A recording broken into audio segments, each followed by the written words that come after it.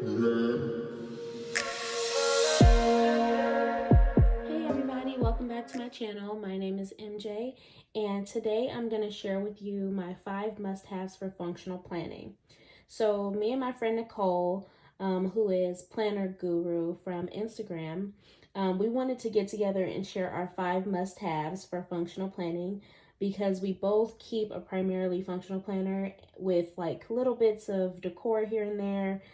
So I'll share her page toward the end of the video. Before I share these 5 things, I wanted to be clear that these are things that make my planner functional. Everybody has different planning styles and use their planners for different reasons. So what's functional for me might not be functional for you. But I'm going to share what's functional for me. So just in case, it might help you to be inspired, or if you're feeling stuck. Hopefully it can provide you with a few tips just in case it can be helpful. The first must-have for functional planning for me is a goal section. I think this is really important for functional planning because if you don't have a goal section, it might be difficult to plan your weeks and your days because your focus is invisible. So what are you planning for? What kind of life do you want? Answering those questions in your planner and then referring to them weekly can be extremely effective when you are planning for it and reaching those goals. So the goal planning insert that I use is from Franklin Planner, and it's super basic. It has the value, mission, roles, basically the why. Then what are you going to do? What is the goal? And then the steps to do it along with the deadlines. I think that is really important because having a page like this is really important because as you're planning the weeks and the days, you can refer to these pages, look at what step you're on, look at your deadline and make sure it's in your daily or weekly pages. So the second thing that I feel like is a must-have for a functional planner is a planner guide or a routine card. Basically, I have a planner guide that tells me how to plan.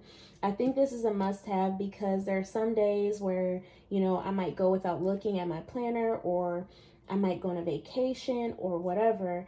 And sometimes when I get back, I kind of feel stuck. Like, man, here's my planner, but what am I supposed to do with it? And so a planner guide can basically remind you of how to plan when our brains are not in that space for a little while. So I think that's a must-have because, every week when we reset our planners, when we look at our days, our weeks, what we need to write down, a lot of times if you don't have a guide or a routine card, then it's easy to forget certain things. It's easy to drop the ball in certain areas because you don't have it written down what is necessary in order to plan that week.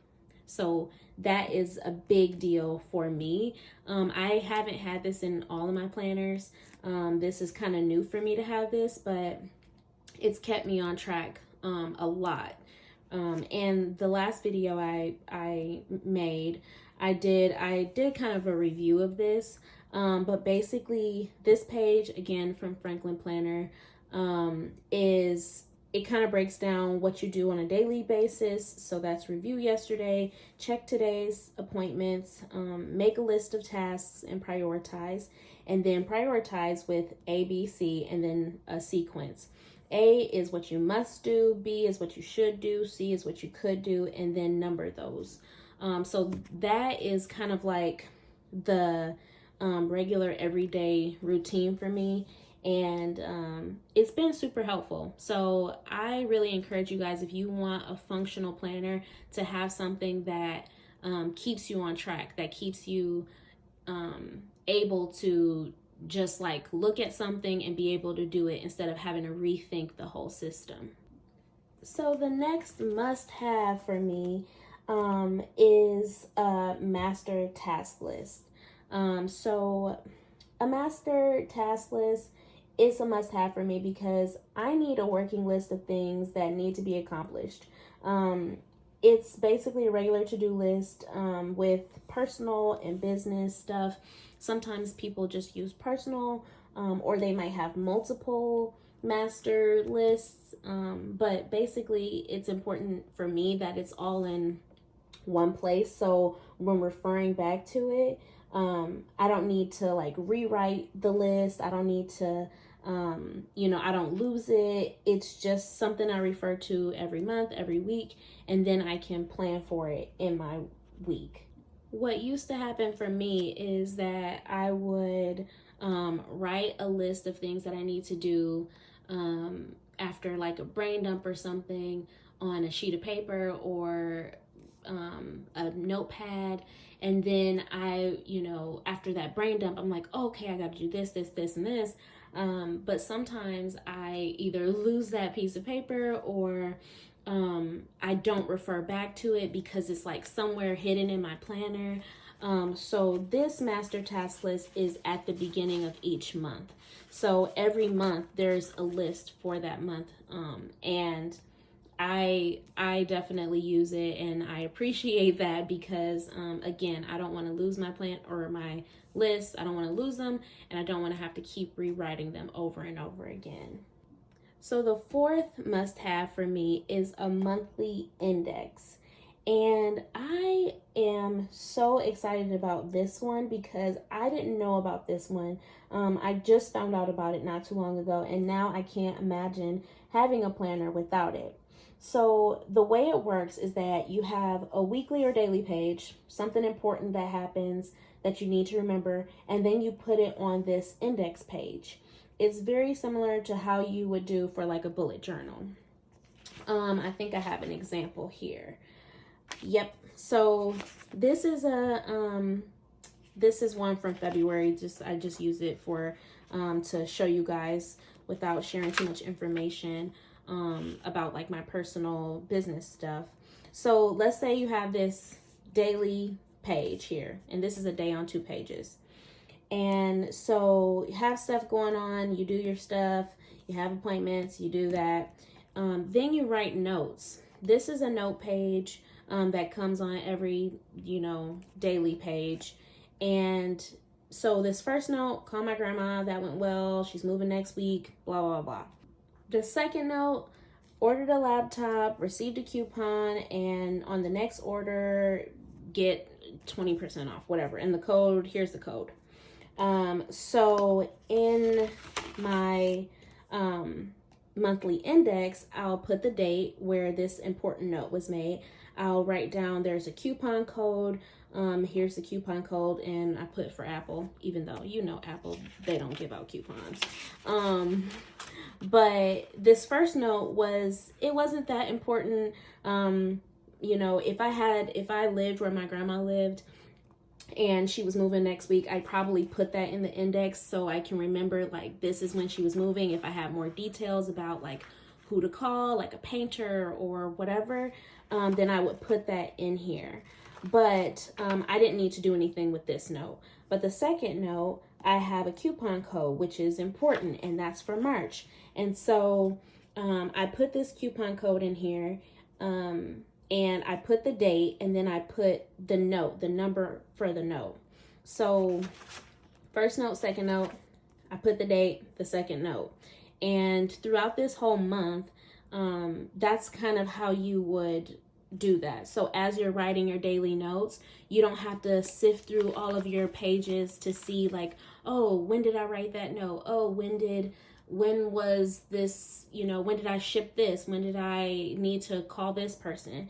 Literally you just keep it on this page and you don't have to rewrite it because there's already like a reference point.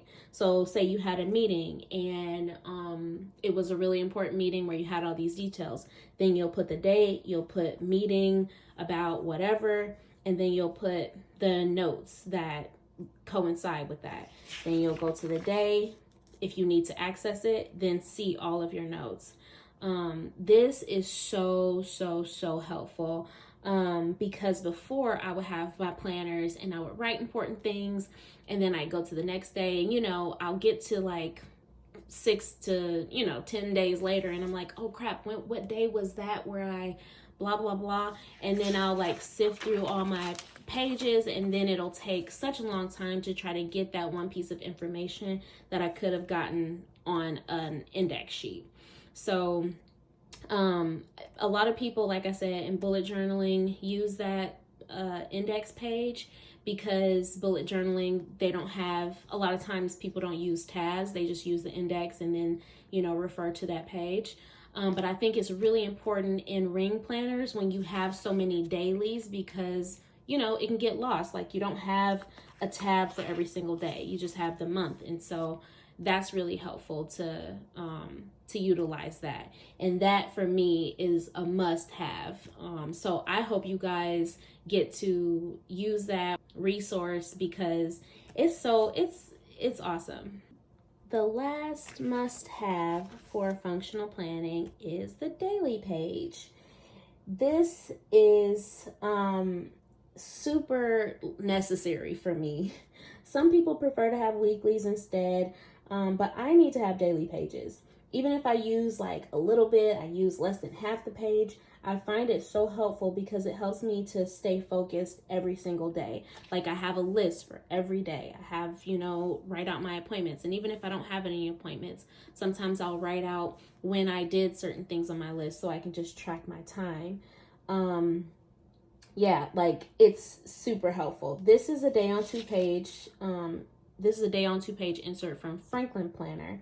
And it basically has a place to write your tasks and you get those from your master task list or things that you just brain dump that day. Has daily tracker, appointment, schedule, and then that daily note area. And I literally can't imagine a planner where I don't have a space for notes that I can write on a regular basis. Sometimes, or I think it was maybe my last planner, I had a notes section where I'd write my notes in the whole section. But I love how when you write a note, it can connect with the day that you wrote the note instead of having to like sift through all the notes. And yeah, again, that brings back the whole idea of the index page. All of these things that I showed you guys, like the daily, the task list, the index page, all of these come with the insert packs from Franklin Planner. And my code, if you want 15% off, is MJ Planner, and that is an affiliate code. So I fully appreciate anybody who uses that. So aside from that, like, those are the main 5 things. Like, those, I don't need a whole lot in a planner, and this looks like a lot, but it's really not. Like, it's the thing that creates the bulk of it. They're the daily pages. Aside from that, it's mainly important things that, like, the planning guide, the values, the goals, finances, stuff like that. Yeah, and it stays neat and orderly. So yeah, those are my 5 must-haves for functional planning. I want you guys to check out Nicole's video and see her must-haves. And I want to reiterate that everybody, again, has a different planning style and uses their planners for different reasons. So what's functional for me might not be necessary for you. So with that, I'd love to hear in the comments your must-haves for making your planner functional. So thank you so much for watching this video. Please like and subscribe.